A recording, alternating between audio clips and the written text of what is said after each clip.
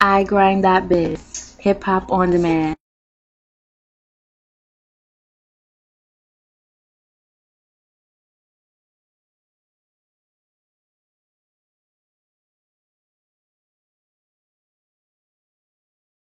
That rock and roll record. How did that come to be? That record right there was produced by a West Coast cat named DJ Khalil. I worked with him before on one of my albums, and the nigga was dope, man. I mean, you know, he just came with a sound that I felt was like no one improved. And you know me, I like to challenge all different kinds of beats and shit. But he came with something that was serious, and I needed that shit right there, though. You know what I mean? But I just felt like it was a new sound. You know what I mean? You know, it was definitely hard. You know what I mean? And at the same time, you know, I have a big white fan base that I feel that love rock and roll. Shout out to all my white boys, white girls that love me. So I wanted to have something that could represent hip hop and represent rock and roll at the same time. As far as the featuring on it, did you come about like I got Jim Jones, so one Jim Jones on it, or? Yeah, I felt that he would rock that though. You know what I mean? So this I felt he was that type of nigga that could, yeah. You know, when I listen to a lot of shit, you know what I mean? I kind of like vision who I think may sound good on it. You know what I mean? And he just definitely fit the page and shit. And I definitely wanted him on it. Called them up, said, yo, Jim, I got something with your fingerprints on it. And he was down for the get there. Good luck on the album. Thank you, bro. That's your banger. Thank you, my nigga. No doubt. Next question. Right here.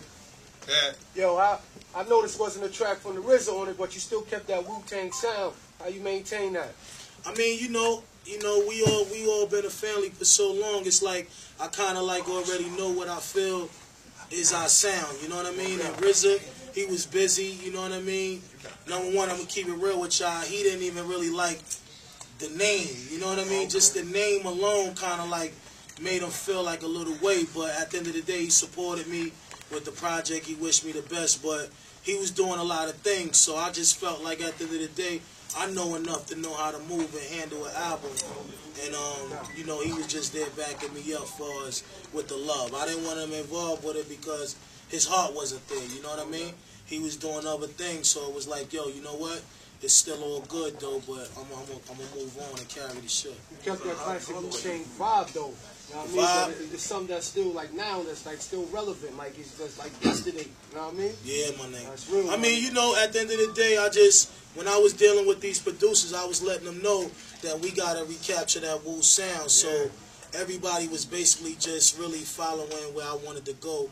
And, you know, like I said, not only being an artist, I still had to play that A&R role and talk to all the producers that I was dealing with and let them know what I wanted to do. So they definitely was like, you know what I mean, really, really down with me on this one. It's hard, baby. The hardest album I heard so far, man. Thank you, man. Thank you. Hold on, I got a question. Why Shaolin versus Wu-Tang? What's the science behind that? I mean, it sound mean for like our catalog. You know, when you think of Shaolin versus Wu-Tang, it's like I be feeling like we be having these little fights amongst each other anyway. So the title was just perfect. I felt that it would really capture the eyes of the real diehard Wu fans, and at the same time, I wanted to represent the Wu fans at the same time. I just felt the title was mean. And you know, it's discipline fighting ego. You know what I mean? Shaolin is the discipline side, is the militant side, the streets where I come from, Staten Island. You know what I mean? I was a hip hop nigga before anything, so that's the land. That's what it's all about first and foremost. Wu-Tang was something that I was able to, you know, come together as a member and get on and represent that. And you know, Wu-Tang is flamboyant, flashy. You know what I mean? We wild individuals, so it's mentals fighting the other side. You know, good fighting bad. You know what I mean? Wu-Tang is bad. Next question out there. Is there gonna be a video for Rock and Roll? Definitely. I mean, you know, the same way I did Cuban Links too, I'm doing this one. You know what I mean? You're gonna see a bunch of videos. I'm gonna take my time and really make sure that we give y'all some mean shit, you know what I mean? If it's, you know, like I said, being independent, I realize that I have a lot of power now, that I can do a lot of things on my own. And yeah, I'm going to give y'all a video to a lot of these joints. You're going to see that one definitely.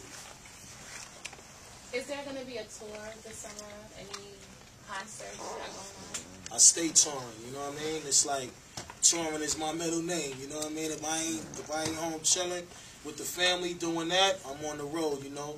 We do a lot of touring out the country, you know what I mean? But I'm going to definitely be touring in the States as well as out the country, though, because I got a real good look outside. And even when I was away for a long time doing albums, like, you know, I would drop an album and disappear for like 3 years. I've been on the road, like, in different countries. Like, my passport is crazy, you know what I mean? And, you know, we got a lot of love on that side of the world. And I think it's important that, you know, artists go on that side and show them that love, you know what I mean? So definitely we're going to be doing a lot of touring.